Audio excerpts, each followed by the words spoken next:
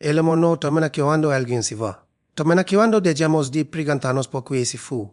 Why, sin embargo, hena pregunta que nos persigan silencio. Una coadul poc nes de la herida. Es feliz después de perdón. La respuesta no es sencilla ni tampoco tranquilizadora. Porque en el fondo, no se trata de su felicidad, se trata de la nuestra. Nos obsesionamos con imaginar la vida del otro como si eso pudiera darnos una explicación o, piaran, una especie de justicia emocional. Pero esa misma escuela suele esconder una trampa caderosa a alguien cuyo no está. Hay personas que se ven y pasan continua su vida sin mirar atrás. O hizo hier, claro que hier. Pero su aparente felicidad no invalida tu dolor, no mai tu valor, no define lo que diste, lo que fuiste, ni lo que merecías. Porque el amor nos juzga por ser termina, sino por la verdad con la que se vive. A veces el otro no es más feliz, simplemente está más distraído, o más evitativo, o más sin modo hallando que enfrentando lo que dice a otros. Pero nosotros desde la herida interpretamos su silencio como plenitud. O allí contemos el error, convertir su aparente bienestar en una sentencia contra nosotros mismos. La verdadera pregunta no debería ser si él o él es feliz sin ti. La verdadera pregunta es, ¿por qué necesitas saberlo? Yo que por ti sigue esperando una respuesta que te libera del dolor. ¿Por qué algo que debes aceptar aunque duela? La felicidad del otro ya no te pertenece. Why mientras sigas intentando medirla, seguirás entregando por alguien cuya no forma parte de tu historia. Sana no es descubrir si el otro está bien. Sana es aceptar que no necesitas saberlo. Es volver a ti, a tu centro, a tu propio deseo de vivir sin depender de una validación externa. Va entonces ocurrir algo curioso. Cuando dejas de mirar su vida, empiezas a ver la tuya. Cuando sueltas la necesidad de entender su felicidad, comienzas a construir la tuya. Porque la verdadera libertad no es que el otro vuelva, es que no lo necesitas para estar en paz. Obsessing over whether the other person is happy keeps you emotionally attached and prevents healing in ways that are often subtle, almost invisible at first. It begins with a simple thought that feels harmless. I just want to know if they're okay. But that curiosity slowly transforms into a need. And that need becomes a loop that feeds the wound instead of closing it. Because every time you check, imagine, or try to interpret their life without you, you are reopening a space that should be closing. When a relationship ends, the mind resists the absence. It looks for something to hold on to, and if it cannot hold on to the person, it holds on to the idea of them. You start building narratives. They must be happy. They must have moved on. They must not be thinking about me. These thoughts may feel like conclusions, but in reality, they are projections, attempts to give shape to uncertainty. And the more you feed these projections, the more power you give to someone who is no longer present in your life. This obsession also creates a distorted comparison. Without realizing it, you begin to measure your own state against an imagined version of their life. If you believe they are happy, you may feel like you lost.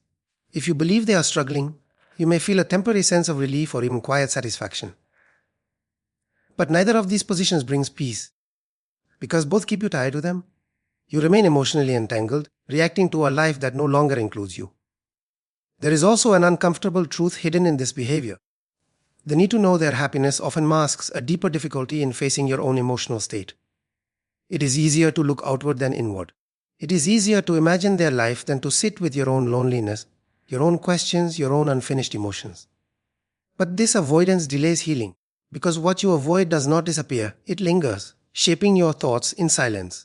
Letting go requires a shift that is not immediate nor comfortable. It means accepting that you may never truly know how they feel, and more importantly, that you do not need to know. It means recognizing that your peace cannot depend on information about someone who is no longer part of your present reality. The more you try to fill that gap with assumptions, the more you keep yourself suspended in a story that has already ended. At some point, you have to choose where to place your attention. You can continue looking into a life that is no longer yours, or you can begin the process of returning to your own. And returning to yourself is not a single moment. It is a gradual withdrawal from the habit of watching, imagining, and comparing. It is the quiet decision to stop asking questions that only keep the connection alive in your mind. Their apparent happiness is often an illusion or interpretation rather than a clear reflection of your worth. When a person leaves, we tend to observe them from a distance, directly or indirectly, and then build conclusions based on fragments, social media posts, mutual acquaintances, or simple assumptions shaped by our own fears.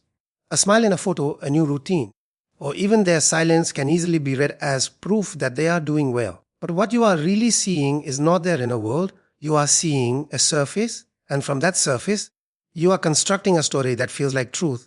The mind has a tendency to simplify complex emotional realities. It prefers certainty over ambiguity, even if that certainty is painful. So when it does not have access to the full picture of the other person's life, it fills in the gaps. And those gaps are often filled with extremes. Either they are perfectly happy without you, or they are secretly suffering. Both interpretations serve the same purpose. They keep the emotional connection alive. Because as long as you are thinking about them, interpreting them, or trying to understand them, you are still in some way attached. There is also a quiet tendency to devalue yourself in this process. If you believe they are happy, you may begin to assume that your presence was insignificant or replaceable. This is a dangerous conclusion, not because it is true, but because it is unfair. A relationship is not defined by its ending alone. What you shared, what you built, and what you felt cannot be erased by the way things concluded. But when you measure your worth through the lens of their supposed happiness, you reduce your entire experience to a single outcome, ignoring everything that came before it. On the other hand, if you imagine that they are not happy, there can be a momentary sense of validation, as if their suffering somehow balances your own. But that too is an illusion that keeps you bound to them, because now your emotional state depends on their imagined state, and you remain connected through contrast, through comparison, through unresolved emotion. In both cases, whether you elevate or diminish their experience, you are still giving them a central role in your inner world. The reality is that people carry their own internal struggles, often hidden from view. A person can appear joyful and still feel empty, or seem distant and still be healing in ways you cannot see. But none of this should define how you see yourself. Your value is not something that is confirmed or denied by the emotional state of someone who is no longer part of your life. What truly matters is learning to separate perception from reality and external appearance from internal truth. Because the moment you stop interpreting their life as a reflection of your worth, you begin to reclaim your own identity, one that is not dependent on how they choose to live, feel, or present themselves to the world. Your pain remains valid, regardless of how the other person appears to feel after leaving. And this is a truth that is often difficult to accept. When someone walks away, there is a silent expectation that their departure should somehow diminish your right to feel hurt. As if their ability to move on quickly, to smile, to continue their life, could erase the emotional impact of what you experienced together. But pain does not work that way. It does not obey comparisons. It does not disappear simply because someone else seems unaffected. In fact, one of the most difficult aspects of emotional loss is the feeling of invisibility that can follow. You are left with your emotions, your memories, and your questions, while the other person seems to have stepped into a different reality. This contrast can create an internal conflict. If they're okay, why am I still hurting? But this question, although natural, is based on a misunderstanding. It assumes that two people should process the same experience and in the same way, at the same pace, and with the same emotional depth. That is rarely the case. Every person has their own way of dealing with endings. Some people distract themselves quickly, avoiding the weight of what has happened. Others may suppress their feelings, choosing not to confront the emotional consequences of their actions. And there are those who truly process and move forward in a healthy way. But even then, their journey is separate from yours. None of these paths invalidate what you are feeling. Your pain is not a competition. It does not need to be stronger, longer, or more visible to be real. The intensity of your emotions is not measured against someone else's reaction. It exists because you invested, because you cared, because something meaningful was present in that connection. To feel pain after losing something that mattered is not weakness. It is a reflection of your capacity to form emotional bonds. There is also a subtle but important point to understand. The appearance of someone else's happiness does not cancel out your experience. Just because they seem fine does not mean the relationship had no value. And just because they appear to have moved on does not mean your feelings were insignificant. These are two separate realities that can coexist without one invalidating the other. Often, we unintentionally silence our own pain because we believe it should match the other person's behavior. If they are quiet, we should be quiet. If they seem happy, we should pretend to be happy. But in doing so, we disconnect from our own emotional truth.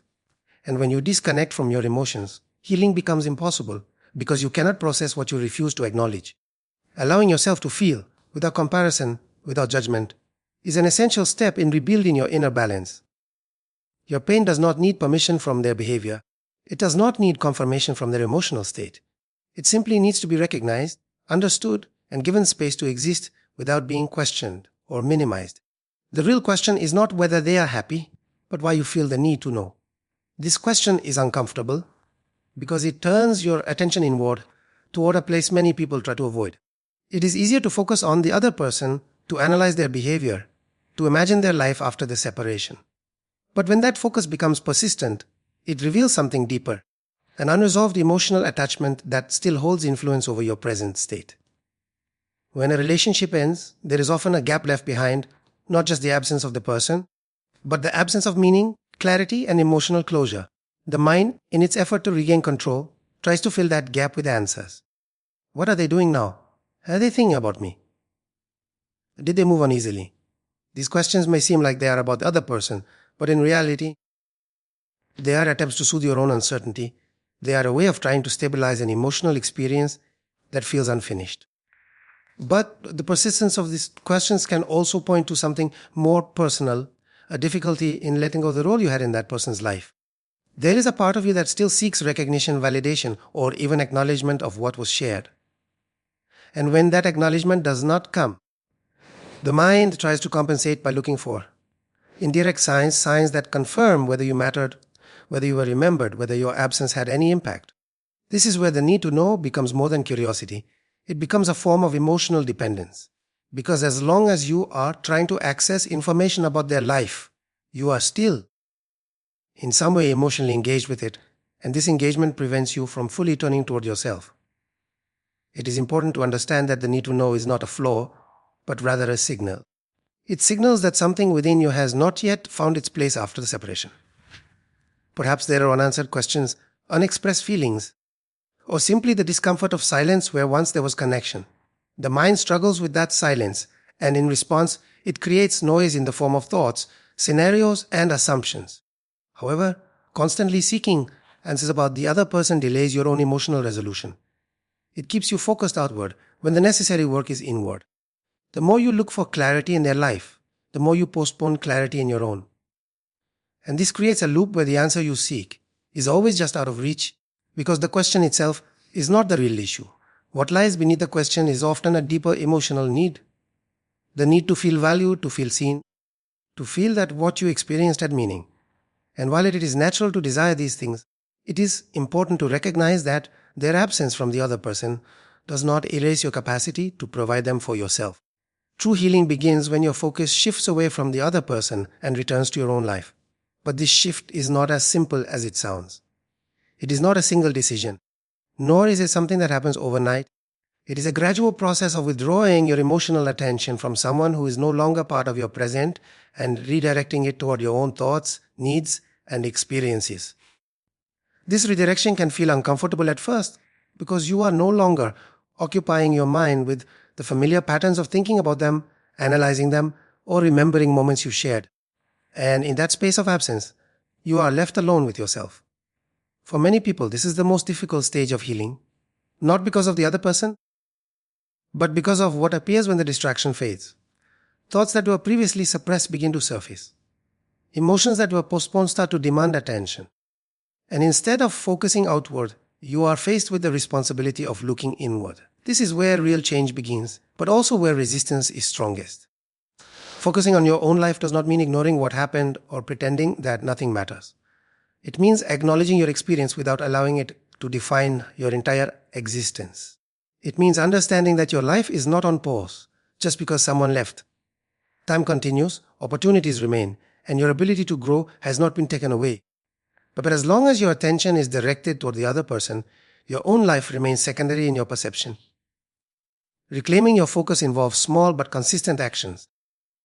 It involves noticing when your thoughts drift toward them and gently bringing your attention back to your own activities. It involves choosing to engage in things that ground you: work, learning, physical activity, or meaningful connections with others. These actions may seem simple, but they play a crucial role in reshaping your emotional state, because every moment you spend invested in your own life is a moment you are no longer giving away to the past. There is also an important emotional shift that occurs when you begin to focus on yourself. you start to rebuild your sense of identity. During a relationship, parts of your identity become intertwined with the other person. After the separation, there is often a feeling of emptiness, as if a part of you is missing. But that missing part is not lost forever, it is simply waiting to be redefined. By focusing on your own life, you begin to rediscover who you are outside of that connection. You begin to understand your preferences, your boundaries, your strengths, and even your vulnerabilities. This process is not about becoming someone new, but about reconnecting with the person who was always there beneath the relationship. Over time, this shift reduces the emotional weight of the past. The need to check, to wonder, to compare, gradually loses its intensity, and in its place, something more stable begins to emerge, a sense of self that is no longer dependent on someone else's presence or absence. In the end, the question, are they happy without you, loses its importance the moment you understand that your life cannot be measured through the emotional state of someone who chose a different path. Their happiness, their pain, their silence, none of it defines you. What defines you is how you respond to the absence, how you carry your story forward, and how willing you are to stop searching for answers that keep you tied to a place you no longer belong. There comes a point where continuing to look back becomes a choice, not a consequence. And in that choice lies your power. Because every time you decide to stop asking about their life and start paying attention to your own, you take a step away from dependence and a step toward emotional independence. It is not about forgetting what happened, nor about denying what you felt.